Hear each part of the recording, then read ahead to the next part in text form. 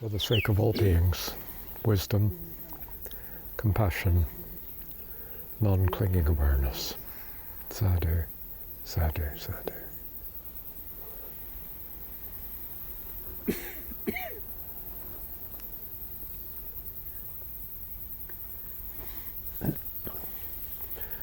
In these last 2 full days that we have of the retreat, I'd like to encourage people to, in addition to, your ongoing exploration, to use the time also to review somewhat the teachings and practice and experience and so on that's come forward, and see if you can review in the light of the idea that you're reviewing the kind of process of Mahayana, right?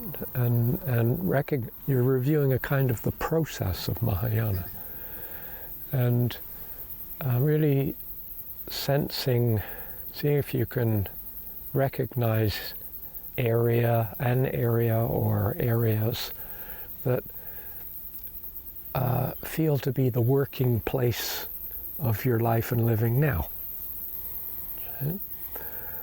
And then, in a sense, consider how this might be usable, whatever it is that you find is working well for you, in both, what we might call meditation and post-meditation, right? Like in terms of your actual, what people often think of as formal practice, and their spontaneous living practice in between the formal practices, right?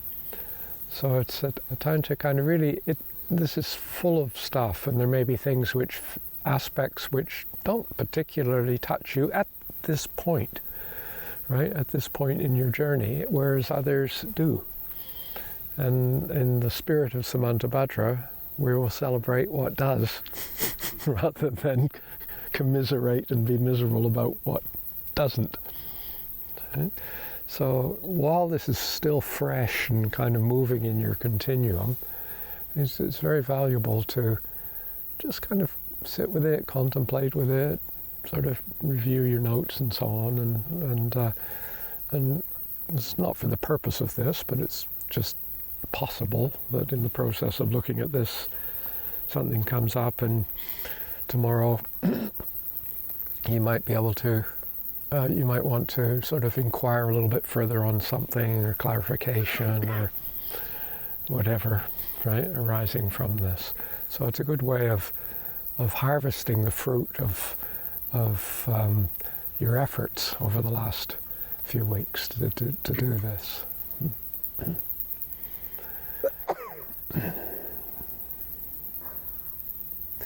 So before we touch the text a bit further, are there any observations or discoveries or questions? Or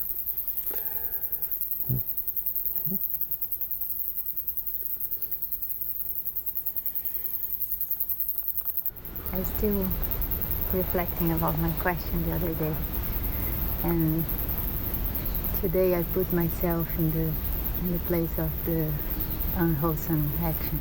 Yes. Me. Doing that, yes. Yeah. And in my experience, when this happened, and someone acknowledged it and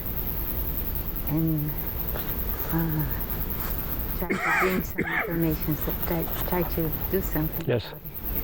There is a risk of Yeah, absolutely, totally. Yeah. Yeah. So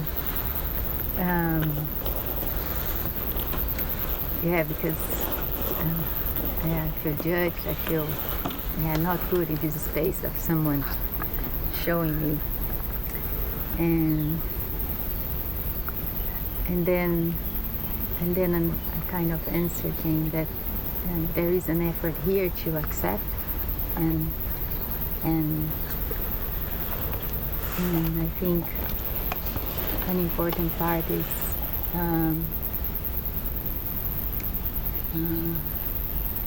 yeah, if the relationship continues, then this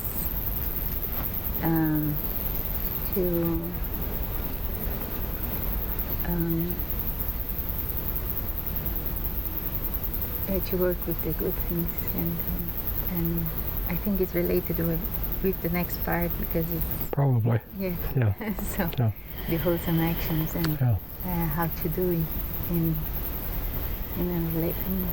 relation to others, and so when you give the example, put a person in a jail or in prison because they are not doing good things.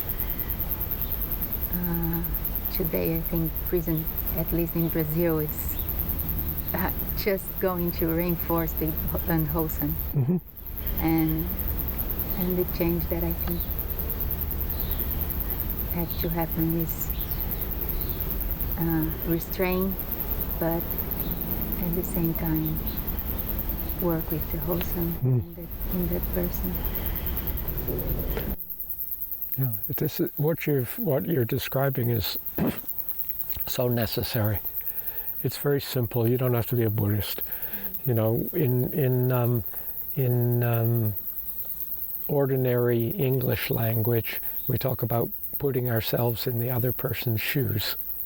You know what I mean? And making this a kind of a normal tool for your investigation.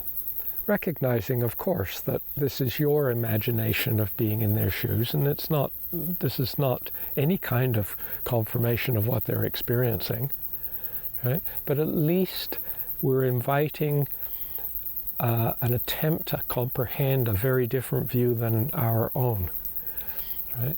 And that's not just a good, useful thing to do. That's totally necessary, because otherwise we're just considering our own self, and then we're meanwhile, basically we're using someone, right? And you know, there's a very basic truth in Dharma, and that is that you in the order, like in the monastic order, it's not a rule, but it is a style of being a monk, which is so encouraged that you could almost think it's part of the rules of the order. And that is that you only teach when you're invited to teach. And that's a reflection of the truth that a person can only receive help from us if, in a sense, they're asking for it. Because otherwise you're just pushing this on them. And they don't have to ask for it and say, "Oh, Venerable Madam, would you please teach me the Dharma?" Right? I mean, the indication that they're asking for and ready to receive help could be expressed in all kinds of more subtle languages than spoken word. But nevertheless, recognizing that, and then seeing, okay, it's not for me to come in and tell this person what to do or make them do something. But by the same token, their living is completely intermeshed with mine, and it's affecting my life. So how can I best encourage this? And you know, and sometimes we don't know what to do, and so maybe you know, we do nothing, like that vision I said of Chenrezig, you know, do nothing. But actually, you don't do nothing, right? The do nothing is kind of rest in the first, for a bodhisattva in training, rest in the first two trainings. Acknowledging all beings as Tathagata, and with reverence and respect and valuing, and in a sense, living in such a way that every aspect of your living, body, speech, and mind, is an offering of that's life affirming, a life affirming offering. You know, at all the different levels. You know, you could be offering just food to a hungry person. That's obviously life affirming. Or just, and there's a sense of that. And then meanwhile, you just kind of wait. Someone said to Thai, oh, Thai, you're teaching us to do peace meditate. This was during the Vietnam War. You're urging us to do the meditation on peace, and you're teaching the peace meditation everywhere, but the bombing is escalating. It's not slowing down, it's increasing.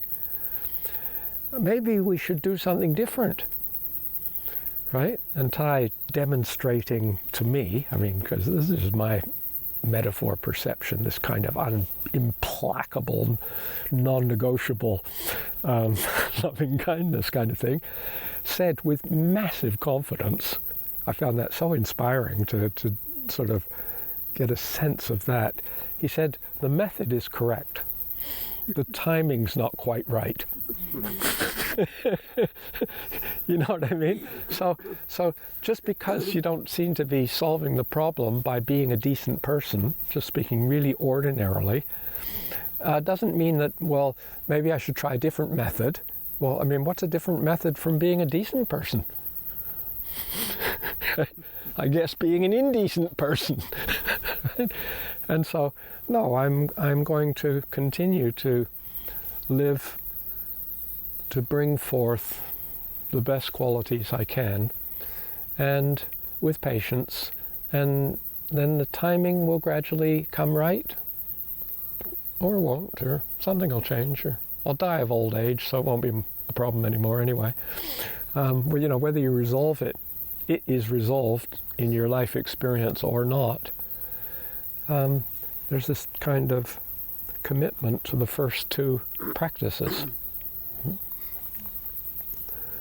And then when we come to the third one, I'd like to dive into this because, believe it or not, I would like to get through this. Okay. Right? In a sense, acknowledging one's own unwholesome actions. And we could put a little addenda on that and say that obscure number one and number two. Right? It's not to limit it to that. If you can find unwholesome actions that have nothing to do with obscuring 1 and 2, then you better include it here. But I think when we're looking at the level of a bodhisattva that could possibly do 1 and 2, all Tathagatas, wherever they appear in the, great reverence and respect, offering all this. So I think the unwholesome actions that are being acknowledged are surely not going to be just the common everyday gross ones. They're kind of probably more refined unwholesome, less than wholesome, because now you're even beginning to have a slight vision of what wholesome could be. As I said, this practice is practiced as a sevenfold prayer for, in a sense, people at the very beginning of the path. At that stage, they're in a sense, hoping that there's some brilliance in the universe that has wisdom and so on, and you're respecting that. It's a hope, right? And you're kind of making offerings to all these glorious Buddhas and Bodhisattvas, and then you're basically confessing all your crap, right?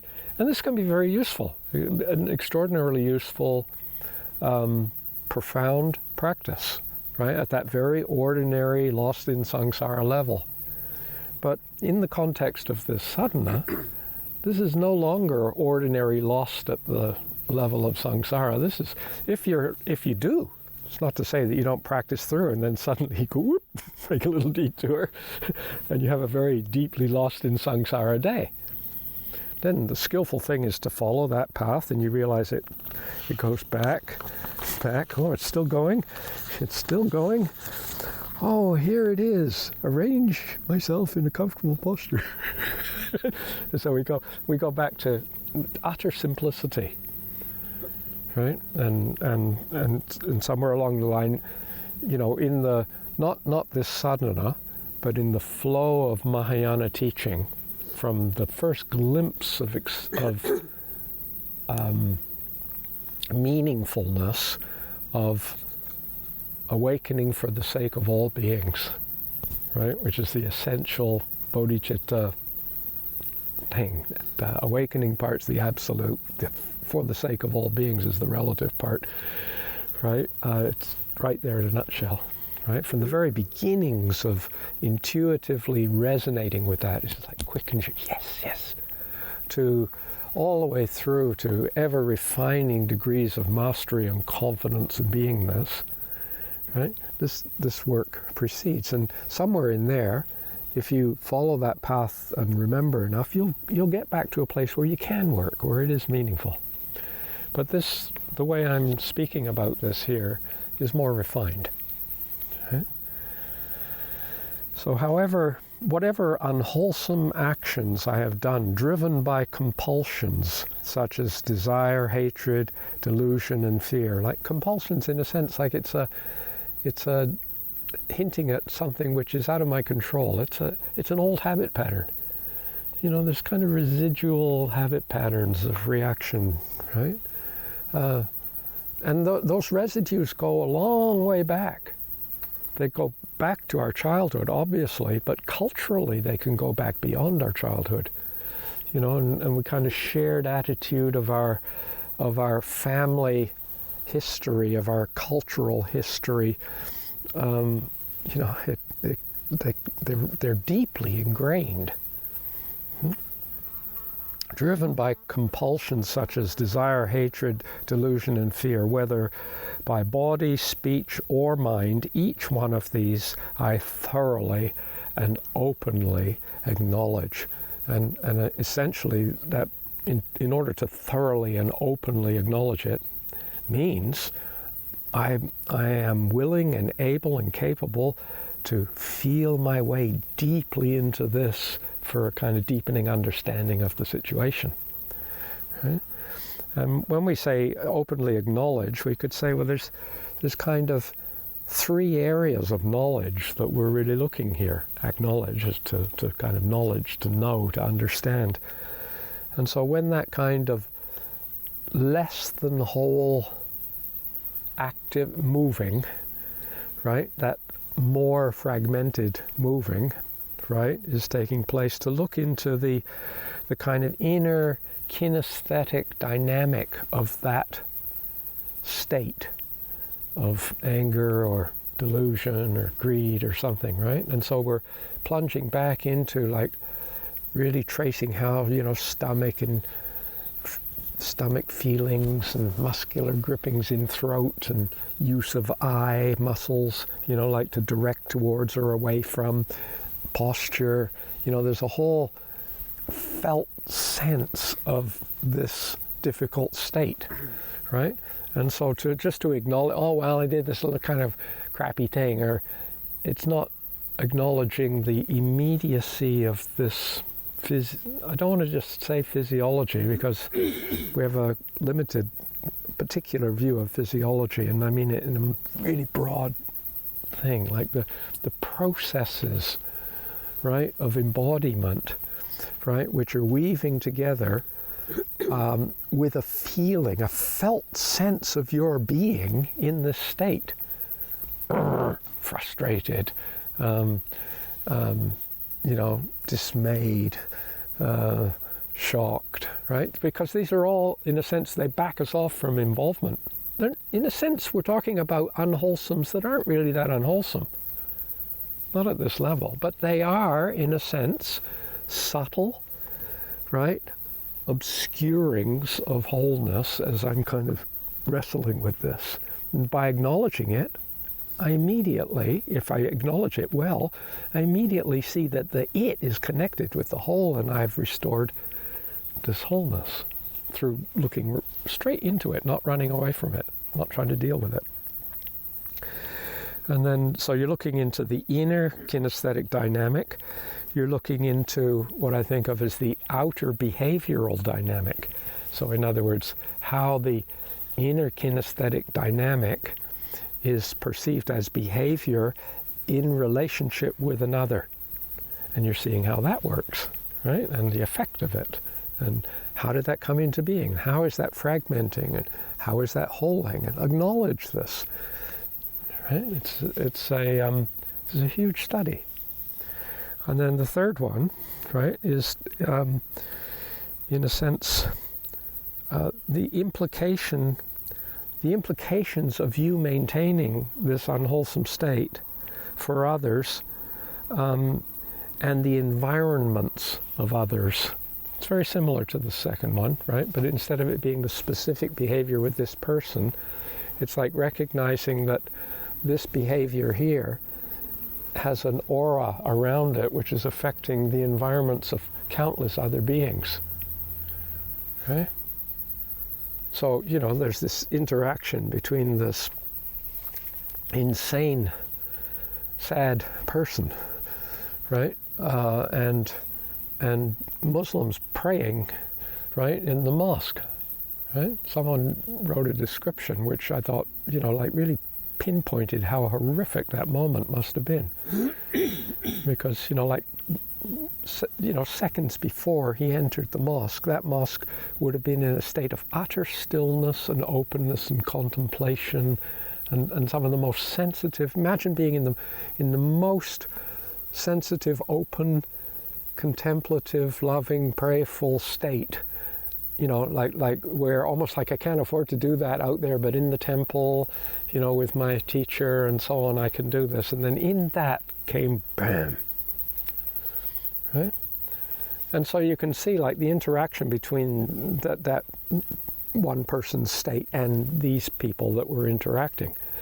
But around it, there is this environment of huge numbers of people throughout the world, aided with social media and all that kind of stuff, are also being affected. And nobody even called them that, Like someone does some atrocity here, and nobody thinks about the person who loved the person who was, harmed, and then the person who loves the person who loved the person who was harmed, and then the cat who they forgot to feed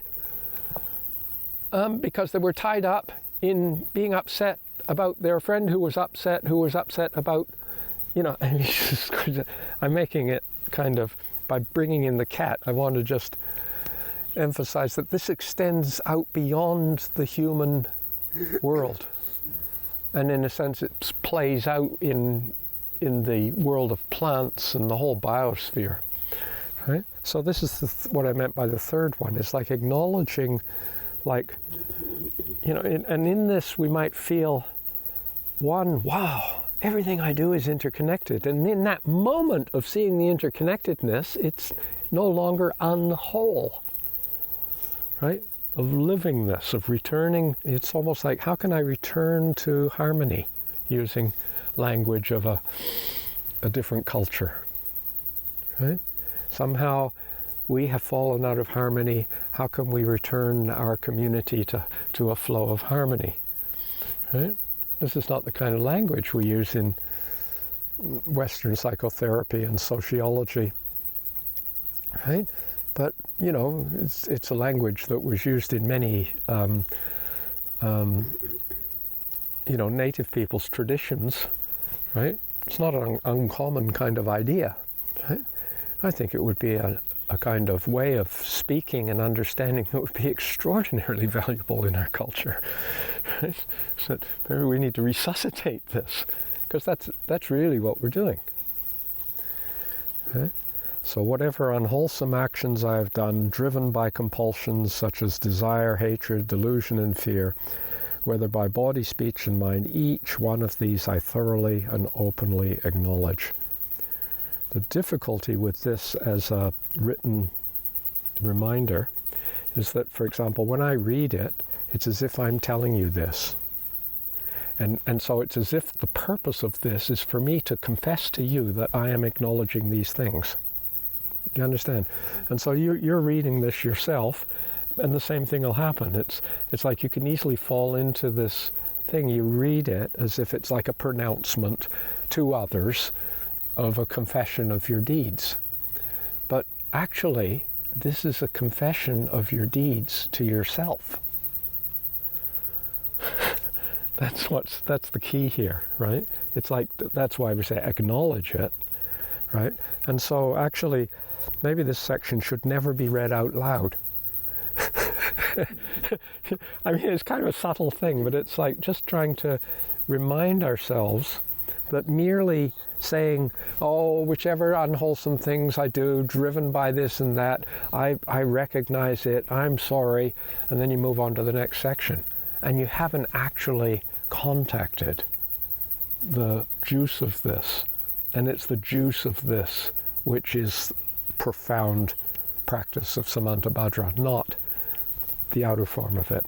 Probably when this is practiced as the Sevenfold prayer in the early stages, it's an outer thing, you know. It's almost like you stand in front of your guru or someone that you really respect and love, and that at that stage in your journey goes, and you desire their approval or admiration or what have you, right? And so for you to kind of fess up that you've really screwed up, right, is a kind of a giant step. But you haven't necessarily yet felt the implications of this and explored it as, this isn't just a little confession. This is a finishing school practice, right, for a rich flow of Mahayana behavior, right, which is beginning to realize that there are still subtle seeds of karma, would be the language of Buddhist teachings, right? Sometimes, you know, they're buried in the ground of my continuum, that given the right circumstances, they can just germinate and flower and sprout. And so this is, in a sense, this is like the Vajrasattva work, right? Which is like to heal this, not unwholesome karma, but the seeds of karma. So there are no more seeds of unwholesome karma, right?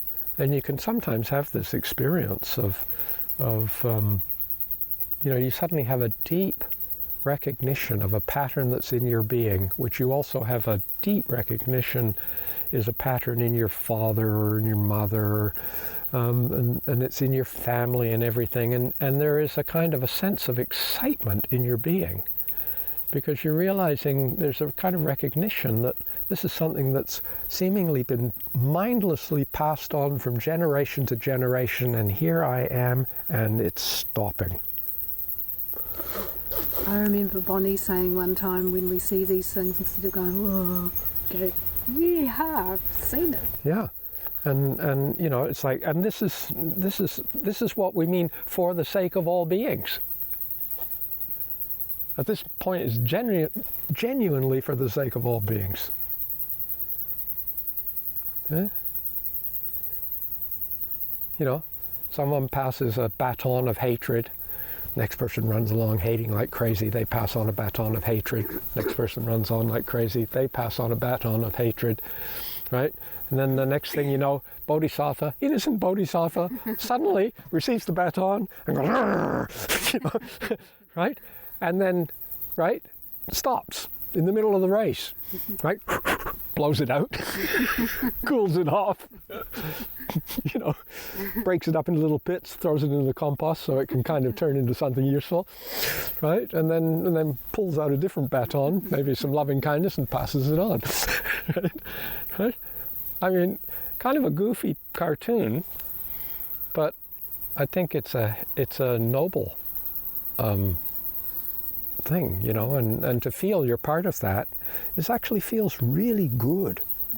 You know, it feels deeply like my life, if I did nothing else in my life, right, my life has been meaningful, right? And it's a sense of connecting into this immensity of lives, right, transgenerational lives, and living within that with responsibility rather than just my little life kind of thing and not really considering. Mm-hmm. And then we come to the fourth one, rejoicing in all wholesome actions. And in a similar way, right, to the other one, we say the unwholesome actions that tend to obscure 1 and 2. These are rejoicing in all the wholesome actions that tend to extend 1 and 2. Right? Contemplating the inconceivable merit of the awakened ones in the 10 directions, along with the merit of all bodhisattvas, Pacceka Buddhas, Sāvakas, and quite often that's as much as they say. as if there couldn't be any meritorious actions on the part of mere mortals, ordinary sentient beings. And so I think it's a Mahayana view immediately brings in all sentient beings. Right? In this vast ocean of wholesome activity, I rejoice. Okay? And this is in a sense, a colossal meditation on sympathetic joy. Right? It's really a training to be able to acknowledge the good things in beings, which doesn't mean that you couldn't also acknowledge negative things. But it's interesting in this training that you don't particularly look at the negative things in others. You look at the negative things in yourself, and you celebrate the merit of others, not yourself, because the act of doing this is your merit. You know what I mean? It's just there without having to make any kind of egotistical deal out of it. So when we say I rejoice, right, we could say I rejoice, we could say I understand, or I appreciate. And to rejoice is kind of the natural ecstatic reverence, awe and wonderment, right, about the nature of this being's life. That's to rejoice, right? There's kind of you get a sense of it, kind of an ecstatic, wow, extraordinary. I mean, I look at sometimes my observation of the lives of other people, and every once in a while, and not too infrequently, enough to be quite familiar, enough to be very wondrous, right? I'll see a person's life and it's just beyond my comprehension. And I just look at it and it's just like extraordinary and awesome, wondrous, their life. And the synchronicities and the fortuitous moments and the skill and the dedication and what brought the things that had to come together for that being, right, to engage in this act of kindness or to engage in this act of uplifting others or of healing or dedication in all sorts of different ways of expression, right? It's a sense of, so rejoicing isn't just ha ha, yay, yay, yay. I'm trying to say it may be like an inner, like, right? In this, there's a kind of a waking up. And so we're rejoicing in what of wholesome kusala karma. That's like to meritorious actions is kusala karma, right? Wholesome activity, kusala, right? And doing a kind of a picky Sanskrit Pali Rinpoche style analysis, right? Sal, right, is related to the verb to cut through, and ku is is a syllable, right, prefix, which often goes with unwholesome states, fragmented states. So you're cutting through the unwholesome, right? Which is an incredibly mixed metaphor. But they kind of like Manjushri. I mean, after all, you've got to allow Manjushri. He was having a good time with that sword, right? And after all, he's not a bad guy. He's a kind of decent guy, right? Even though maybe we could invent a new tool, right? There's kind of like another deity who comes through, and instead of cutting through, they're carrying a big pot of super glue or something where they join it all back together again, right? But we're getting this sense of like, what's considered wholesome is something that cuts through the negative. The act of cutting through the negative, the act of letting go of the negative, seeing, understanding, is a wholesome action. That seeing is a moving into an enlarging appreciation of what's taking place. And so you're looking at rejoicing in the wholesome activity of each and every facet of the Mahayana journey, right? You're rejoicing in the person just discovering for the first time in their life the excitement about the idea of awakening for the sake of all beings. How beautiful, how wonderful. This is so precious. Right? It's kindergarten. Right? First toddling step on the path. Right? But for that being everything. Right? To celebrate this, to rejoice this, to rejoice in the being sort of actually dedicating themselves through their activity, see them really giving themselves to kind of intentionally and seriously and with great passion, trying to live with the guidance of the Bodhisattva vow. How wonderful! Huh? There's that sense of that. It's just like, oh, the being is like training themselves in skills in meditation. Oh, how wonderful. Right? Oh, the being is studying the Prajnaparamita texts and interbeingness or deep ecology, or how wonderful. Oh, the person's doing social work and compassionate work in the world. How wonderful. And beginning to recognize that these are all expressions of this enlarging of spirit, this Mahayana, this vehicle of Mahayana. You know, one of the great Mahayana sutras is called the Awakening of Faith, and the word faith is Sadhana, and it can also be translated as confidence, like a kind of a quiet, implacable inner confidence. Right? So the awakening of a quiet, implacable inner confidence, and the part they left out of the title, but it's there all the way clearly in the sutra itself, is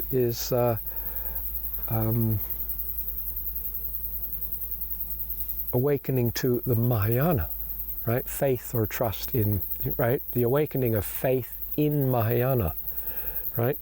Right? And initially people think, oh, I have faith in Mahayana. No. They mean in the midst of the Mahayana process, faith is awakening. Through the Mahayana process, faith is awakening. It's not a matter of awakening faith in some school or tradition. Right? Sounds like that at the beginning. Many people look at that, and we can celebrate that. Sometimes that's a really liberating moment to discover such a thing. Right? But they may eventually see that such a thing that's positive on Friday, right, is negative on Monday, right? And such a thing that was positive when you were 25 is now seen as a bit clunky and not as positive as it could be at 55, right? It's like we're maturing, you know, it's an expanding, and it's like within the context. And so you could see in the way of this thing, it's like the vast ocean of wholesome activity. I rejoice in each and every facet of Mahayana and the entire path as a whole, right? Both the facets, individual facets, and the whole, right? And this sadhana is trying to kind of be a simple, short memory device to remind us of some of the parts, and working with it, you get a sense of the whole. Okay. And then we come to the entreaty to turn the wheel of Dharma. And don't forget, this is being addressed, right? This is your entreating the Tathagatas to turn the wheel of Dharma. And I never quite understood this, why you had to kind of beg the teacher to teach. Because the teacher, you know, I mean, they're only a teacher when they teach. So you don't have to beg a person who's already doing something to do it. They're doing it, right? And it always struck me that Buddhas were hardly going to sit there and just watch people suffer, you know, until they offer a flower and bow and sort of, Venerable Sir, will you turn the wheel of Dharma? Oh, okay. Right? It doesn't make sense to me, right? But there's a profound truth in this. When we begin to see that Tathagata we didn't actually address this to specialized Tathagatas. We were addressing it to Tathagata, including Tathagatas buried in cocoons, right? In other words, this is addressing all beings. Okay? And there's a recognition, right? In a sense, this entreaty to turn the wheel of Dharma is recognizing this kind of encouragement to continue this journey of Mahayana, even in the midst of discouragement and fatigue. Because discouragement and fatigue surely happens. You know, and there's the story in the Tibetan tradition, myth story, of how Thousand-Armed Chenrezig got all his arms and heads, 11 heads and 1,000 arms, and you know, one time he was just an ordinary person with 4 arms. That sounds quirky. That was Chenrezig. But actually, if you go back earlier, you know, Chenrezig becomes really weird, you know, kind of gender shift, trans kind of deity, right? And Chenrezig, he was a she and wasn't called Chenrezig, it was called Kuan Yin, and only had 2 arms, right? But anyway, the story is that Chenrezig made this vow, right, that Chenrezig wouldn't rest until all sentient beings had been liberated. And if, right, there was an addendum on the vow, if he got discouraged or kind of failed to do that, may my head shatter into 1,000 pieces, or may I shatter into 1,000 pieces.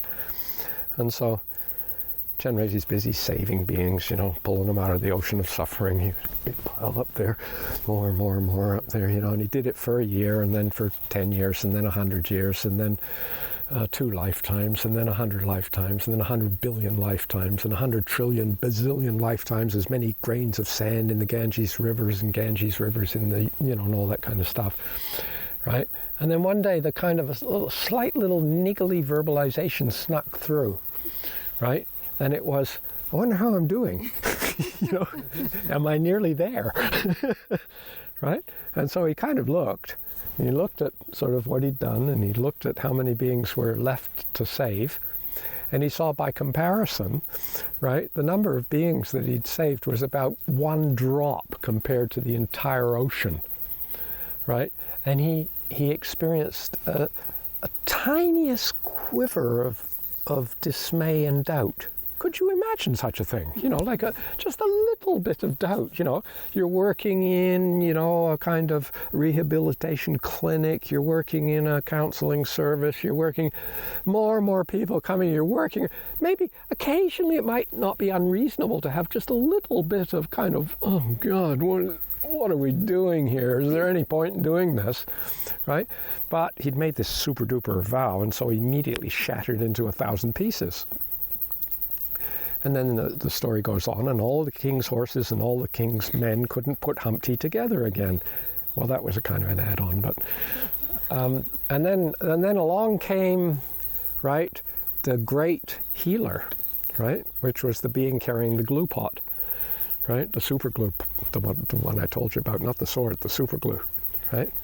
And this being's name was Amitabha, right. It was the Buddha of boundless love, right. And it was a big pot of love essence, right? And so he started to kind of get the pieces. It was like an IKEA with no assembly, with no instructions. You know what I mean? Like, it's supposed to be simple. Any idiot can do this, but it's like, and so he started to kind of like, I wonder where this bit goes, you know, and sort of puts a bit of glue on the outside, sticks it with that bit, and by the time he finished, like, putting all these bits together, instead of putting together an ordinary looking compassionate being, somehow he got it all jumbled up and ended up with a being with 1,000 arms, with an eye in each palm and 11 heads, right? And that's how Thousand-Armed Chenrezig came into being.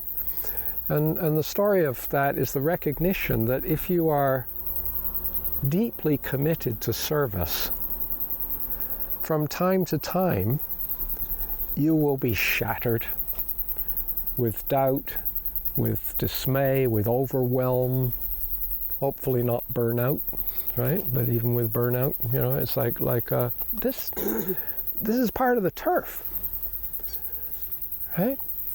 And then what puts us back together again, right? What puts us back together again is somehow this mystery of love, right? I don't want to try and explain that any further, right? But it's the kind of, that's what restores the wholeness, right? That's kind of restoring this. And not only that, but when having had that experience, quite often, you are restored with an even greater capacity for empathy and understanding or skill or what have you. So that's like, it went from having just 2 arms to having 1,000 arms and with more clear, that's what it was, the story is symbolizing. This happens, right?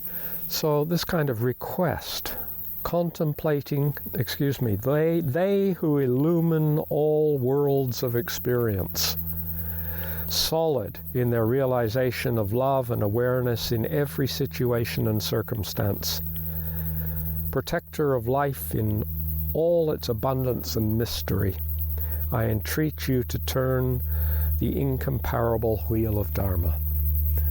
Right? And this is trying to say it without going on about Buddhas and victorious ones and conquerors and all that kind of stuff, right? They, within, what illumines, what brings forth a sense of illumination in your being? Right? When it comes forth, what brings it forth? And you might have an increasing sense that the only way you can even begin to answer such a thing is you say, well, the universe brings it forth, right? It's like this is your Tathagata nature, right? This is your Buddha nature, not some little magical thing that's empowering you from there, but in a sense, like it's connecting, it's returning to the source, right? Returning to the harmony, right? There's there. Right? Solid in their realization of love and awareness in every situation and circumstance. This is an ideal, right? But, right, more solid, right? Right? Increasingly firm, right? Established. Protectors of life in all its abundance and mystery, I entreat you to turn the incomparable wheel of Dharma.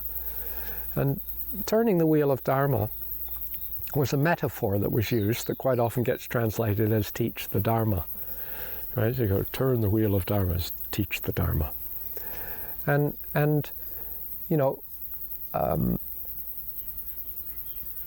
teaching the Dharma has to involve demonstrating the Dharma.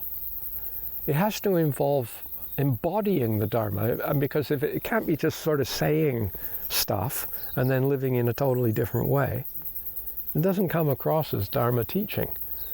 The Dalai Lama, some people can go out and they can give an incredible, amazing discourse on the nature of consciousness and how it all works, and people look at it, it's kind of interesting, and then it's gone. And the Dalai Lama comes in and he sits down and he just smiles and says, be kind to each other. And everyone feels, whoa, how profound, right? And what went on here? Right? Because he's like, that was teaching Dharma because he is Dharma, right? He's expressing it in virtually everything that he does. There's a consistency, there's something there that we resonate with. Right? So that's to teach the Dharma. And then what do we mean by the Dharma that's being taught? Right? The Dharma that's being taught is truth, is the path of restoration of wholeness, right? When we feel it's been lost. It's the path of healing, it's the path of awakening. It's like, this is what it is, right? And how do you teach the truth, right? How can you be an embodiment of truth, right? What embodiment are you of truth? And you call you, in a sense, bringing forth your best, being your best, right? It's as like we are inviting all beings to offer to be their best, at which point they are turning the wheel of Dharma. We're asking everyone to, in a sense, not hide their light under the bushel, right? But to share the light with beings who are willing to be illumined by such light, right? And you look at the Bodhisattva might look and you're having an interaction with someone, and should you, I mean, this generally is just going to flow spontaneously and intuitively. But if you were going to think it all out, you might go like, how can I interact with this person in a way that invites the best in them to come forth into the public domain of their living? Right? How can I, and sometimes that means just giving the person the space to kind of feel invited to do this, right? Not doing anything, right? You don't do anything, you just get out of the way. That may be the best thing to do. Other people, it might be to, right? I mean, quite often, you know, people have, Westerners especially, but I think actually a lot of Easterners, right, have this idea that, you know, a kind of a fundamental role of Dharma teachers is to kind of point out their students' flaws, right? Because we have this idea that somehow to have our flaws pointed out is a necessary step on the way of healing. And so, you know, you meet with me and I say, why are you so bombastic? You know, why do you have so much hatred and delusion? Can't you see? You should look at it, right? And then you flower with all your bestness. I doubt it. Right? Is this actually the most skillful and compassionate thing to do? Maybe number 1 and 2 are the only things to do. Right? And you know, at this level, maybe there's no place for shoulds whatsoever. Right? And this is something which is deep. I mean, I'm doing this for your own good. Look, I'm like, it's out of love. I'm telling you, no one else will tell you this, but I love you so much. You were a jerk when you did that. I mean, this is normalized behavior for a lot of people, right? It's called tough love. You know, kind of, it's a hard lesson, but you know, it pains me. My mother used to, you know, she'd grab me by one arm and beat me with a stick with the other one. These were in the bad old days. And I'd run around in a circle trying to escape. And of course I couldn't, because it just went around and around in a circle. And then she capped it off with the biggest bullshit in the universe. This is hurting me more than it's hurting you. Right? Huh? Be well, mother, wherever you are. Right? We went beyond that relationship. But that sense of, you know, how often do people fall into that? It's inconceivable to me that everyone here in this grove hasn't experienced this somewhere in their life. I'm talking about on the giving end, you know. But I also am hoping, right, that beings in this grove are closer to the possibility of recognizing that this is not an invitation for the person to turn the wheel of Dharma. You know, like to turn their wheel of Dharma. Turn the wheel of Dharma which is the best. When the Dalai Lama comes in and says, be kind to each other, in the midst of saying that, he's offering the best of his being that he can offer. And that's why everyone thinks it's so profound, because the best of his being that he can offer is big. And And then, you know, there's just some ordinary person, right? And somehow they're feeling a bit encouraged, right, to continue where they were discouraged, you know, to kind of expand their exploration of what they're doing, or you know, whatever. And in that moment, they feel valued, right? When you're asking sincerely the teacher to turn the wheel of Dharma, that's an expression of valuing that teacher, right? In a sense, maybe that we could change it all around. Forget about the wheel of Dharma. And this fifth one is interact in ways that learn increasingly how to support people feeling valued, and that their life is worthy and necessary, and it's a contributing factor. A lot of people never had the feeling of being treated like that. How do I do this? And we consider this is a really refined, important, skillful means training, right, of interaction. And then we come to the sixth one, request to stay. Those who would pass from sorrow, retreating from active engagement into a nirvana of inner peace. I fervently pray that for as many eons as there are atoms in all Buddha fields, you continue to inspire and teach in myriad ways, supporting the welfare and happiness of all sentient beings. And, you know, there's this one is not so general. The other ones can be generally applied all the way through. And maybe this one can. I'm sure you could find a way of generally applying this. But this is particularly addressing others who can do this, and yourself when you have a kind of hankering for this. And that is that as the Bodhisattva, in a sense, becomes more in tune with the Dharmadhatu, right? This is kind of more in the flow. You know, it's everything's good.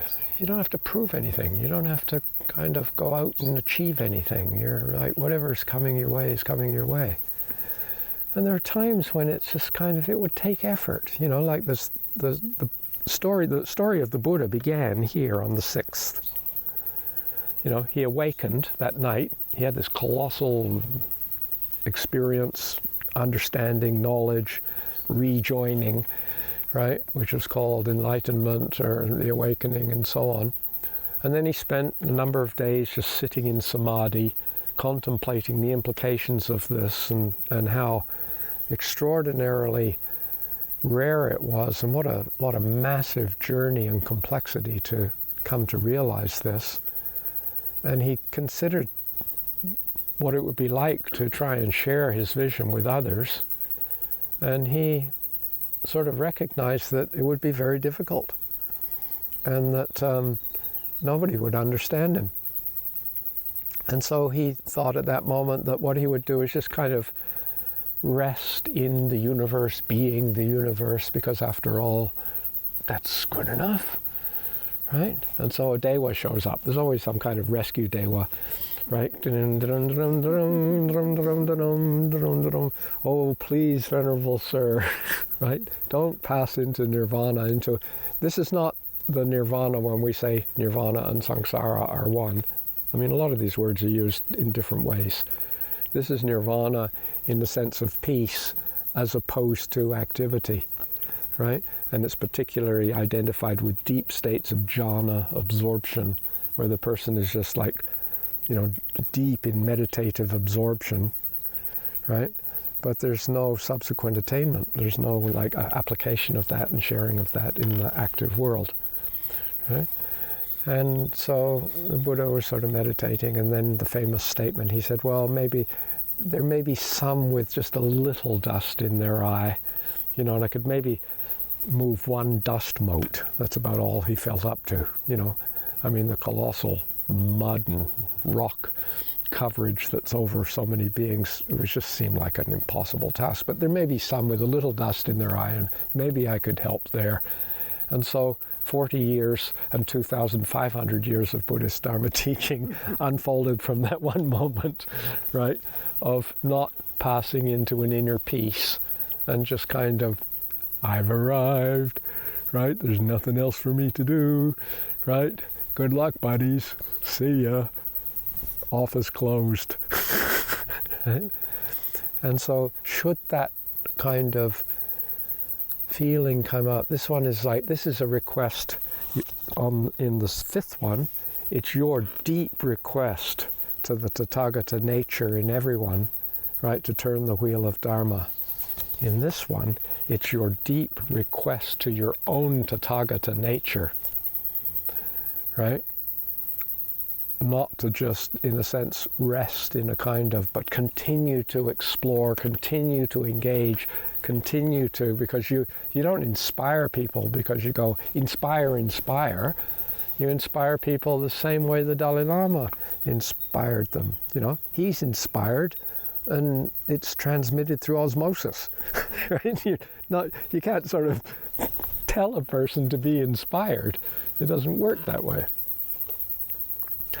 And finally, we come to the sharing of the merit, right? May any virtue generated through this practice of reverencing, offering, acknowledging, rejoicing, entreating, requesting is the 6 steps, right? May this support the awakening of wisdom and compassion in all sentient beings. And, when it says, may any virtue generated through this practice of these things, we could also say through this practice of Mahayana Bodhisattvayana. That's what this is, right? May any merit through this practice of Mahayana Bodhisattvayana, I'm using them as synonyms.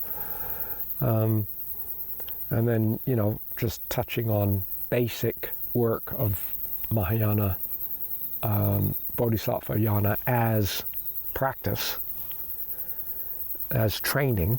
These are the 7 trainings of the enlarged Bodhisattva. Reverencing,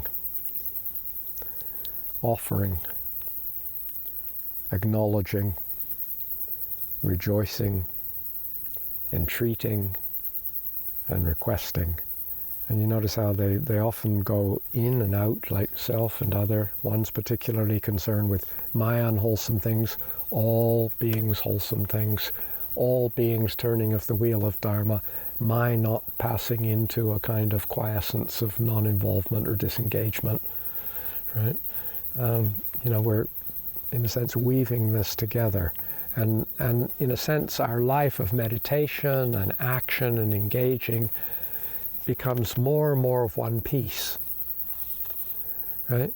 And the sense of who's making the effort to do all of this gets softer and softer and softer until it begins to become effortless. And at that point, it starts to become a yoga of effortless naturalness, which is tomorrow's topic. So this is a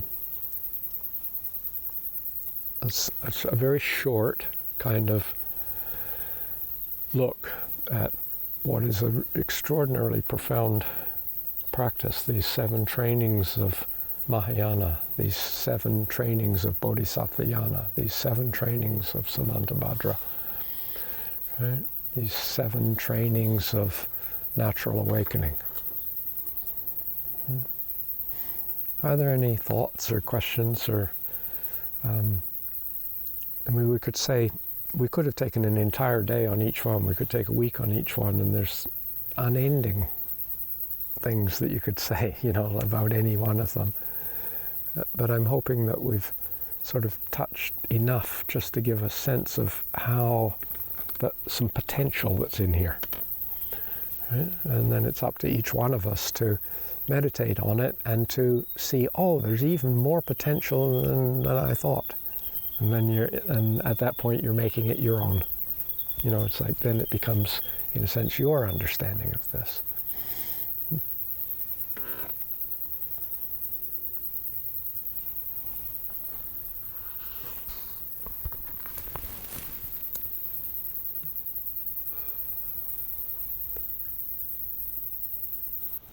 question.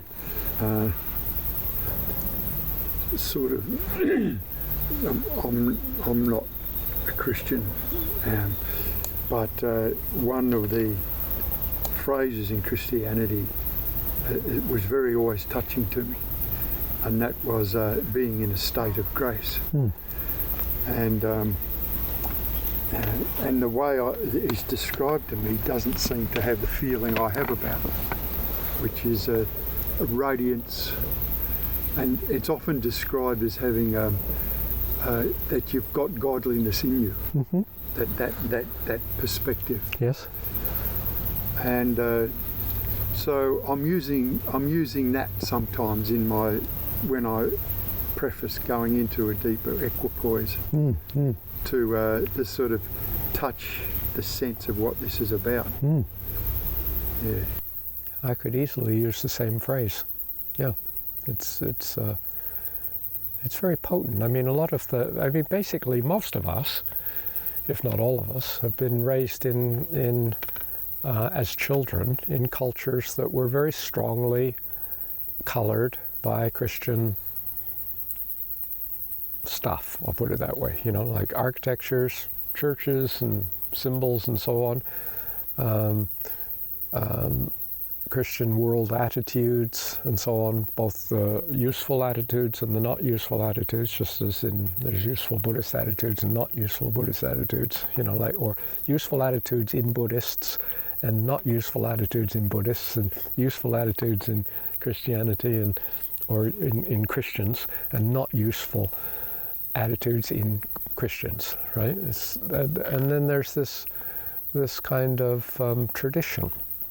And we've been, I know for myself, I went to secular schools. I didn't go to Catholic schools, for example, because I'm singling them out because where I went to school, Catholic schools were separate schools. They were private schools because I suppose nobody said that we were going to Protestant schools, but in a sense we were, And I remember there was a picture of hippie Jesus sort of in the halls in this secular school. You know the one I mean? It's a classic one with the light and everything, and flowing beard and kind of he's supposed to be, he's Semitic, He's probably got black hair. He's probably quite whiskered, right? Probably got kind of a many people coming from the Middle East, right, have curvy noses, and some anthropologists have looked at it and said, oh, well, this is like partly animals do this when they're living in desert areas because it's almost like the nose becomes a filter for the dust and everything, and there's kind of more, like the physiology of people's living in a desert. And they always portray it as like, he looks sort of like a Scandinavian god or something who's sort of entered the hippies, right? It's like a whole different thing. And anyway, that was on the wall, and I can remember listening to a section of the Bible being read over the intercom. This was for a little while, for the first 3 years or so on. You're immersed in it. You get the phrases. You get all this stuff. Some people, I think I probably paid more attention to it than some, because looking back now, has been this kind of empathy for that mystery that we call religious business, right? But some people, I'm sure it was like nothing. It just kind of didn't particularly listen. Have you got a visitor there?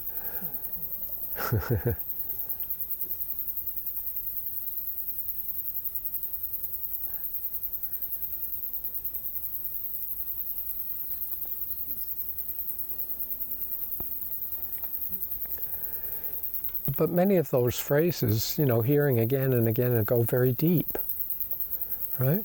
And so, you may be in deep meditation, and then a kind of phrase comes into your mind from Christian tradition, which seems to be the most perfect encapsulation of that moment,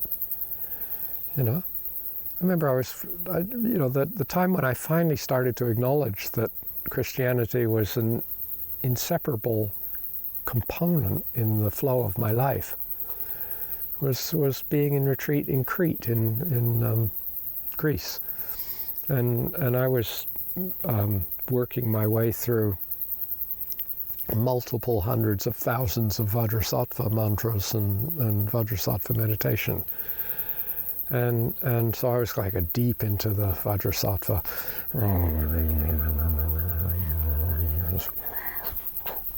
In those days I could sit properly. You know, it was like real Buddhist kind of thing.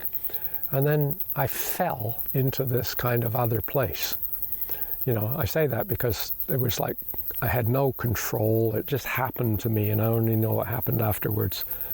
And suddenly I'm kind of some vague open space, and there's just nothing but sky, right, with these glorious sunlit clouds. And then Jesus, the Aryan hippie, comes walking down out of the clouds, right? And there's light streaming forth. And there's this massive symphony and choir of angels doing this extraordinary symphony, you know, the music. And I just sat there, and the tears streamed down my face, dripped all over and soaked my shirt. And this was it. This was, I forgot all, no Vajrasattva, you know, it's like that's gone, you know, and it was just like, right? And then, you know, eventually it came to its end. And I thought, what? I thought all this work on Vajrasattva, what do I get? I get Jesus. Right? And I was going, you know, I mean, I wasn't, some people might have gone, oh, I'm in the wrong religion and run off. That didn't kind of do it, right? That didn't happen, right? But there was a sense that then later on when I was contemplating this, there was no doubt in my mind that this was a very profound moment for me. It was just the mind opening up and consciousness. It's almost like, you know, the story that was going on that I needed to see that was going on, revealing itself to me in the way I could receive it. Okay? And so then you go, yeah, good, wonderful. Right? I'm not fussed on whether it's Christian or Islam or Buddhist or something that, you know, a biologist said or wrote. You know, when it touches me really deeply to the core, it can come up out of these states. And so then the skillful bodhisattva, a bodhisattva is, I mean, a genuine bodhisattva, a Mahayana bodhisattva, because the Bodhisattva Yana and Mahayana are just the same paths, right? Recognizes wholesomeness and kind of what it means to nourish the hints at blessedness wherever that bodhisattva finds it, right? And you skillfully use it. And so it makes utter sense to me that a word like grace, right, could be a word that goes way beyond it means this. You know, there's multiple meanings and feelings and kinesthetic sense and so on, and it's kind of an invitation. Oh, we work with that. Yeah.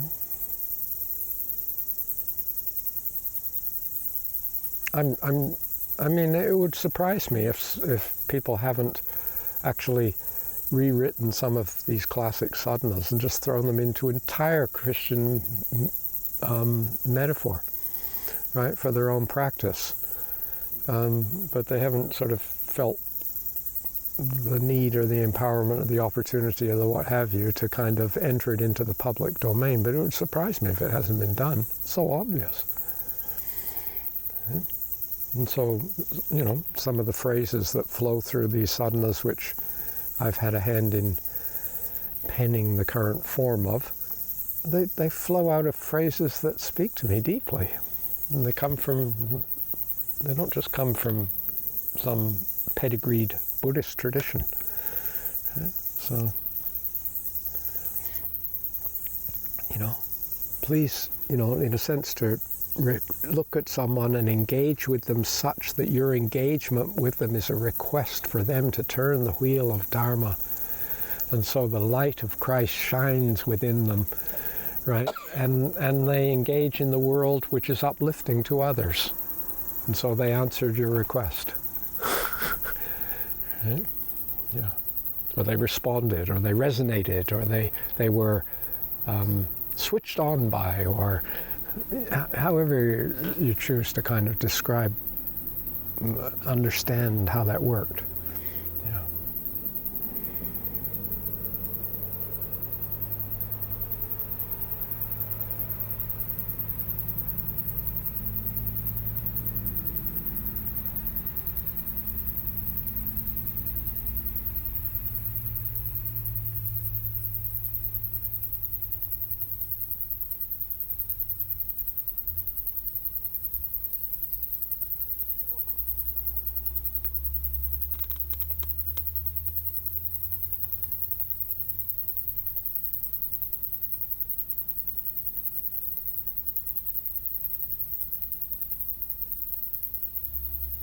So please consciously take some time to review something of the flow of ideas and experiences that you've had, and particularly with the kind of angle of appreciating, like what feels to be the most fruitful aspect for you, for me to work on, for you to work on at this stage in the journey of your life.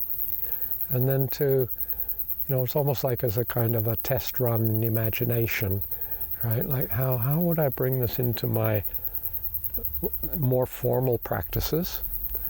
And how would I bring this into my subsequent attainment, post-meditation activity, right? And see how how this might, possibilities that could open up in doing this, right? It's not to linger on the difficulties of doing this. Sometimes it's like, this is a possibility, but, and then they might, that's a consideration. That'll happen in the way of doing it. But this review is like just reviewing to, it's almost like, here's my 64 colors in the Prismacolor Super Box, right? It's like a kind of Prismacolor pencils we used to use, right? And so I got all these different meditations and practices and contemplations and things, all 64 colors.